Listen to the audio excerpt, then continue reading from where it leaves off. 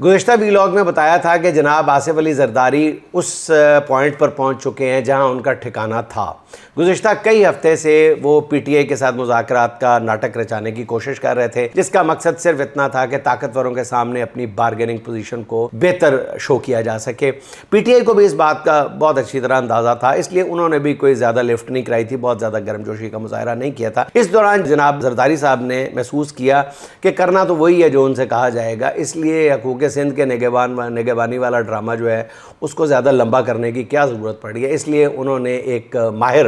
Broker کی طرح بر وقت بتا دیا کہ ان کی سیاست کا مقصد جو ہے وہ اسٹیبلشمنٹ کے ہاتھ مضبوط کرنا ہے۔ وہ جانتے ہیں کہ زیادہ دیر تک ناراضگی والا ڈرامہ جو ہے وہ جاری رکھا تو گلگت بلتستان کی بندر بانٹ میں بھی انہیں مناسب حصہ نہیں مل سکے گا، اس لیے انہوں نے بتا دیا کہ جی پیپلز پارٹی بھی نظام کی خدمتگار ہے۔ سینئر صحافی جناب نجم سیٹھی کا کہنا یہ ہے کہ آصف علی زرداری 28ویں ترمیم کے ذریعے این ایف سی میں تبدیلی کے بدلے بلاول بھٹو کو وزیر اعظم بنانے کی شرط رکھیں گے، یعنی آصف زرداری کی تمام عقل اور سیاسی سمجھ بوجھ جو ہے صرف اسی ایک نقطے میں سمٹ آئی ہے کہ ان کے فرزند بلاول زرداری کو کسی نہ کسی طرح ایک بار وزیر اعظم بنا دیا جائے، پھر چاہے جو مرضی کر لیں۔ بلاول کی وزارت عظمیٰ کے لیے 18ویں ترمیم رول بیک ہوتی ہے تو کر لیں، این ایف سی ایوارڈ میں صوبوں کا حصہ کم ہوتا ہے تو کر لیں، سندھ کی جغرافیائی تقسیم کرنی پڑتی ہے تو کر لیں، بس فرزند زرداری ایک بار وزیر اعظم بنا دیا جائے۔ زرداری کی سیاست ناظرین ایک خود غرضی کی بدترین مثال بن کے رہ گئی، لیکن ناظرین میں